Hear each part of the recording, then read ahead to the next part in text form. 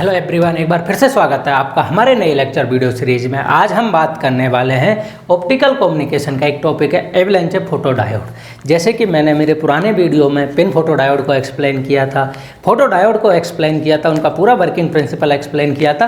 तो इस वाले में हम एवलांचे फोटो डायोड के बारे में सब कुछ पढ़ने वाले हैं। इसके एडवांटेज हों चाहे डिसएडवांटेज हो, एप्लीकेशन हो, इसकी वर्किंग हो, कंस्ट्रक्शन हो, सबके बारे में हम बात करने वाले हैं। पहली बात तो हमें इस एपीडी की एवलांचे फोटो डायोड की नीड क्यों पड़ी।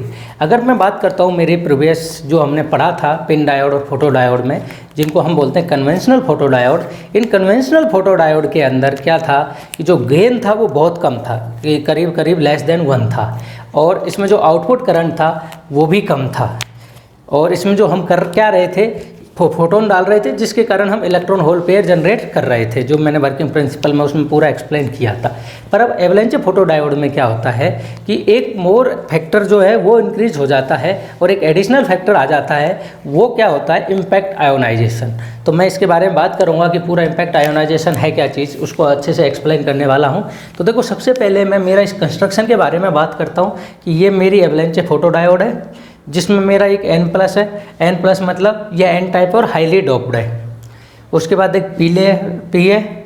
उसके बाद एक है पाई रीजन है, जिसको हम बोल सकते हैं एब्जॉर्प्शन रीजन भी बोलते हैं और डिप्लीशन रीजन भी बोलते हैं। उसके बाद अगेन P+ है। P+ क्या है, हाईली डोप्ड है। तो हम ये कह सकते हैं कि ये तो हाईली डोप्ड है, इसका मतलब इसमें कंडक्टिविटी अच्छी है, बट ये लाइटली डोप्ड है। P मतलब कि जब लाइटली डोप्ड है, जिसकी लाइटली डोप्ड है, इसका मतलब कंडक्टिविटी कम है तो रेजिस्टिविटी ज़्यादा है। तो हम ये कह सकते हैं जो P है इसकी तो मैक्सिमम रेजिस्टिविटी है और पाई है इसकी मैक्सिमम विड्थ है। हम इसमें जो वोल्टेज यूज करते हैं वो बहुत ही हाई वोल्टेज यूज करते हैं, करीब 100 से लेके 200 वोल्ट। और हम चाहें तो कुछ हम ऐसी भी एपीडी बनाते हैं जिसमें हम 1500 वोल्टेज तक भी पहुँचते हैं। वो हमारी स्पेशलाइज्ड मैन्युफैक्चरिंग होती है एवलांचे फोटो डायोड की। और इसमें अब बात करते हैं कि हम इम्पैक्ट आयोनाइजेशन क्या है, इसकी वर्किंग क्या है। एक बार इसका मैं सिंबल भी बता देता हूँ। सिंबल इसका लगभग होता है जिनर डायोड जैसा है, जिनर डायोड जैसा। तो ये क्या है, मेरा सिंबल है एवलांचे फोटो डायोड का, ठीक है। सिमिलर होता है करीब जिनर डायोड से। अब बात करता हूँ मैं, जैसे मैंने पुराना वाला वीडियो में बताया था कि जो हमारा क्या हो रहा था कि पहले एक इलेक्ट्रॉन एटम था। तो एटम जो हमारा डिप्लीशन रीजन के अंदर जो एटम था, डिप्लीशन रीजन के अंदर एटम में क्या होता था कि हमारे पास कोई चार्ज कैरियर नहीं होता है, और वो पूरे के पूरे क्या है कि आउटर मोस्ट ऑर्बिट में 4 इलेक्ट्रॉन थे। तो जिसके कारण हमने लाइट डाली, फोटोन डाला, जिसके कारण क्या है कि इलेक्ट्रॉन एक्साइट हो गया और वो इलेक्ट्रॉन होल पेयर में टूट गया। तो जो इलेक्ट्रॉन होल पेयर में हम तोड़ रहे थे, किसको तोड़ रहे थे, इलेक्ट्रॉन होल पेयर को तोड़ रहे थे। और किसके कारण तोड़ रहे थे, फोटोन के कारण तोड़ रहे थे। अब इसमें जो हमारे इम्पैक्ट आयोनाइजेशन एक एडिशनल फीचर आता है, वो किस तरह से आता है, जब ये पहली बात तो चाहे हमारी पिन डायोड हो, चाहे फोटो डायोड हो, चाहे हमारे एवलांचे फोटो डायोड हो, सारी की सारी किसमें काम करती हैं, रिवर्स बाइसिंग में। तो रिवर्स बाइसिंग में काम करती हैं। वो हमें लेस करंट दे रही थी, तो हमें हाई करंट गेन करने के लिए और हमें हाई गेन प्राप्त करने के लिए हमने क्या करा कि इसमें रिवर्स बाइसिंग कर दी, वो भी हाई। जब हम रिवर्स बाइसिंग बहुत ज़्यादा हाई करेंगे तो ये हमारा जो जंक्शन है PN+ और P का, ये जंक्शन की जो विड्थ है हमारी, जो ये डिप्लीशन रीजन यहाँ जो बनता है, क्रिएट होता है, वो विड्थ हमारी चेंज होती है। जैसे जैसे हम रिवर्स बाइसिंग करते जाएंगे तो हमारा क्या होता जाएगा, जो ये डिप्लीशन विड्थ है, ये डिप्लीशन विड्थ क्या होती जाएगी, मेरी इंक्रीज होती जाएगी। अब बात करते हैं हम इम्पैक्ट आयोनाइजेशन पे। हुआ क्या कि जैसे कि हमने photo diode, conventional photo diode जब ली थी, तो उसके अंदर क्या किया था, हमने फोटोन को एक कराया था। पर इसमें जो इम्पैक्ट आयोनाइजेशन में क्या हो रहा है कि माना कि अगर आपने देखा हो एक कोई ग्लेशियर है, ये क्या है, कोई ग्लेशियर है, उस पे से एक बर्फ़ पिघलती है। जब ये बर्फ़ पिघलती है तो क्या करती है कि इस बर्फ़ जैसे ही नीचे आती है, इसके कारण और ज़्यादा बर्फ़ पिघलने लगती है। और जब ये पूरी बर्फ़ पिघल के आती है तो इस बर्फ़ के कारण जो नीचे वाला पोर्शन है वो और पिघलने लग जाता है। तो इसका जो है ये रूप बढ़ता रहता है, फिर इसके कारण और बढ़ता है, फिर इससे अगली वाली का और बढ़ता है, और नीचे आते आते वो बर्फ़ जो पिघल के आती है उसकी हमारी स्पीड भी बहुत हाई होती है और उसका जो एरिया है वो भी बहुत हाई होता जाता है, तो उसको भी हम एवलेंचे बोलते हैं। अब एवलेंचे फोटो डायोड में इसमें किस तरह से हो रहा है कि जब हमने हमारी फोटोन डाला तो जिसके कारण क्या हुआ कि मेरे जैसे कि आउटर मोस्ट ऑर्बिट में कितने 4 इलेक्ट्रॉन थे, 1 2 3 4। जब मेरा फोटोन आया, फोटो डायोड के अंदर भी ये हुआ था, इसने मुझे इलेक्ट्रॉन और होल पेयर में इसको तोड़ दिया था। तो जब ये इलेक्ट्रॉन और होल पेयर में टूट गया था तो ये तो इलेक्ट्रॉन हो गया और यहाँ क्या हो गया, मेरा होल हो गया। तो देखो एक फोटोन ने मुझे 1 इलेक्ट्रॉन होल पेयर किए थे, बट यहाँ पे हमने जो रिवर्स बाइसिंग ले रखी है ये बहुत ज़्यादा हाई ले रखी है। अब ये बहुत ज़्यादा हाई लेने के कारण क्या है कि जो हमारा जंक्शन है यहाँ पे हमारी हाई इलेक्ट्रिक पोटेंशियल डेवलप हो जाएगा। जब हाई इलेक्ट्रिक पोटेंशियल डेवलप होगा तो जो हमारी स्पीड है, किसकी स्पीड कह सकते हैं, और वेलोसिटी, इस जो इलेक्ट्रॉन की जो स्पीड है वो बहुत हाईली हो जाएगी। और क्या हम ये भी कह सकते हैं कि इसको जो काइनेटिक एनर्जी मिल जाएगी एडिशनल इस हाई रिवर्स बाइसिंग के कारण, और जिसके कारण क्या होगा कि ये बहुत हाई स्पीड से मूव करने लगेगा, जिसे बोलते हैं हम सैचुरेशन वेलोसिटी से। किससे मूव करने लगेगा ये? सैचुरेशन वेलोसिटी से। जब ये मेरा सैचुरेशन वेलोसिटी से मूव होगा तो ये क्या करेगा, दूसरे एटम से जाके टकराएगा। ये इलेक्ट्रॉन क्या करेगा, दूसरे एटम से जाके टकराएगा। जब इससे टकराएगा तो इसको भी एक इलेक्ट्रॉन और होल में ये क्या करेगा, ब्रेक करेगा। तो incident photon create electron hole pair in depletion region. ये जो डिप्लीशन रीजन है इसके अंदर हमारा क्या करेगा, ये इलेक्ट्रॉन होल पेयर को जनरेट करेगा। तो जब ये इसने हमें, अब एक इलेक्ट्रॉन से हमें क्या मिले, 2 इलेक्ट्रॉन होल पेयर मिल गए। अब ये क्या करेगा, अब ये जो 2 हैं ये दोनों के दोनों इलेक्ट्रॉन मूव करेंगे और ये अगले 4 एटम्स को और तोड़ेंगे। तो ये हमारे और 4 एटम को तोड़ दिया। तो ऐसे कर करके ये और 2 को तोड़ेंगे, ये और 2 को तोड़ेंगे, तो ये जो 2 मिलेंगे ये और 2 को तोड़ देंगे।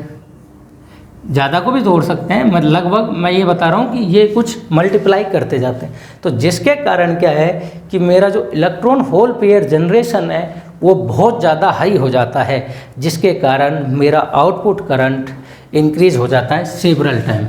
तो आउटपुट करंट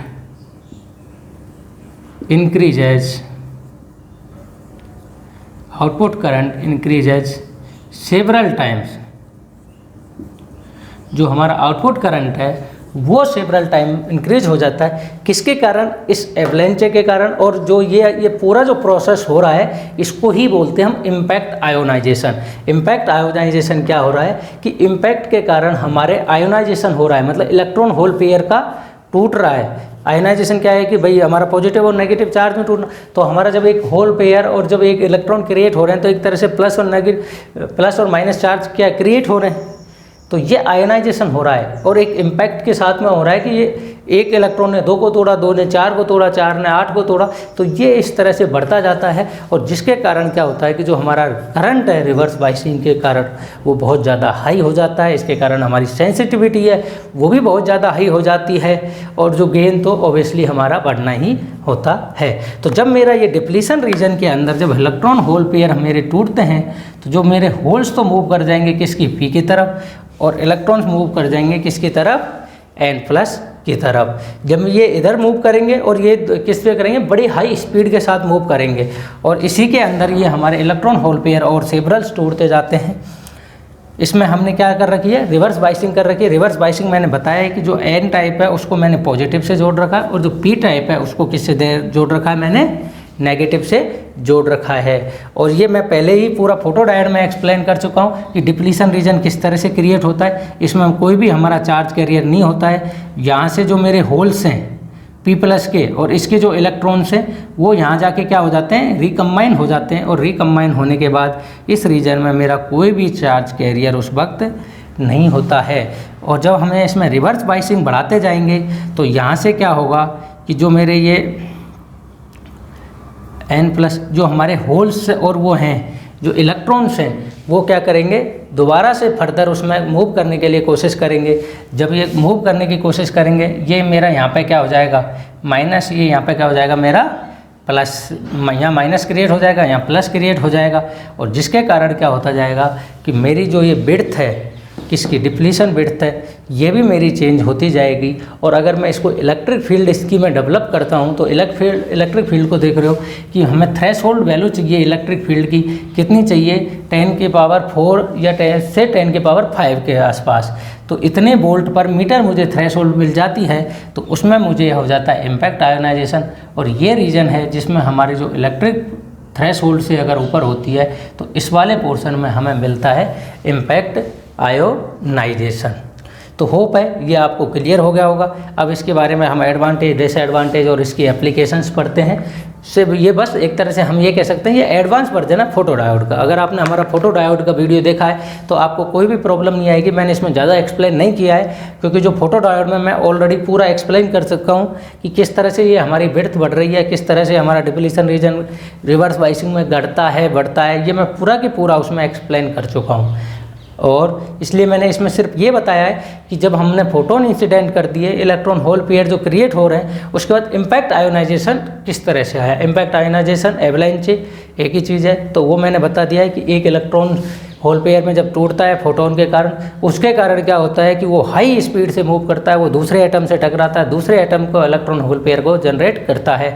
अब ये साथ में दोनों के दोनों इलेक्ट्रॉन होल पेयर जो दोनों अब हो गए हैं ये दोनों के दोनों अब एक साथ में मूव करेंगे। अब ये जब दोनों एक साथ में मूव करेंगे तो ये अगले नए दो एटम से कोलाइड होंगे। जब अगले दो एटम से कोलाइड होंगे तो उनको भी इलेक्ट्रॉन होल पेयर में ये कन्वर्ट कर देंगे। अब ये क्या हो जाएगा जब दो और आगे दो अब बच गए 4 तो अब ये चारों के चारों एक उसी स्पीड से मूव करेंगे और अगले 4 एटम्स को तोड़ेंगे जिसके कारण वो क्या हो जाएगा 4 से वो हो जाएंगे मेरे 8।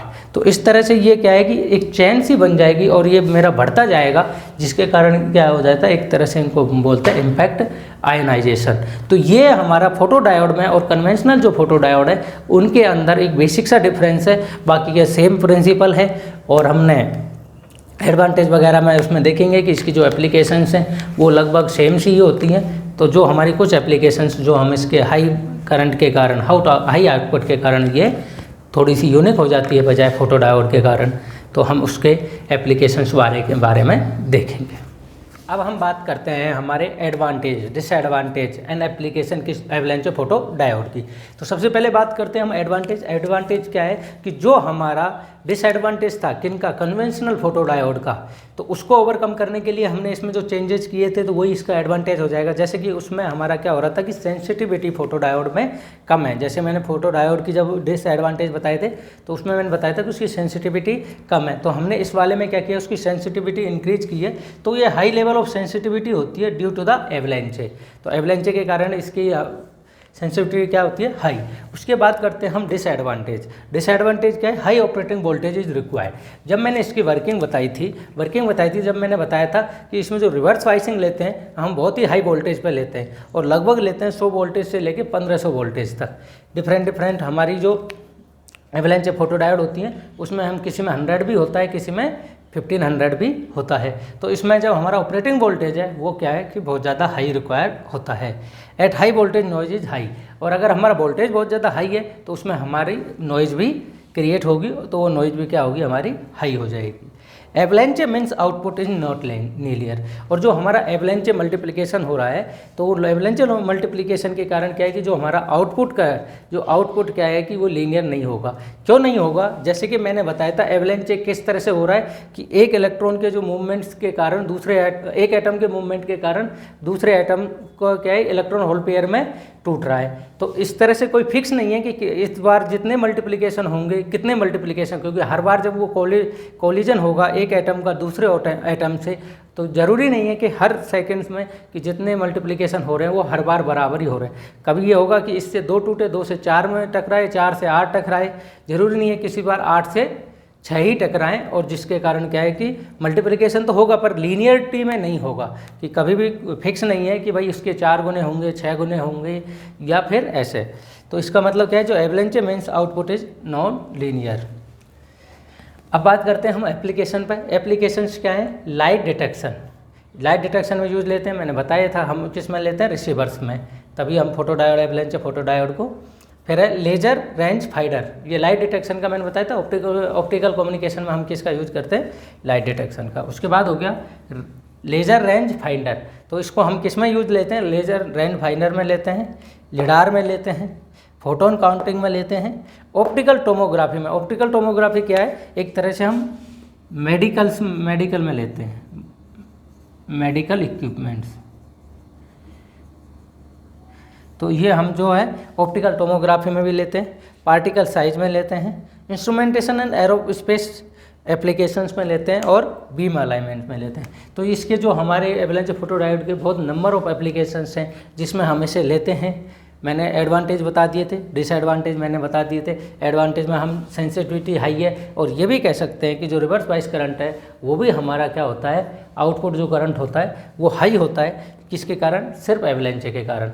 एवलांचे को मैंने एक्सप्लेन कर ही दिया है। अगर आपको ये वीडियो पसंद आई हो तो please like, share and subscribe.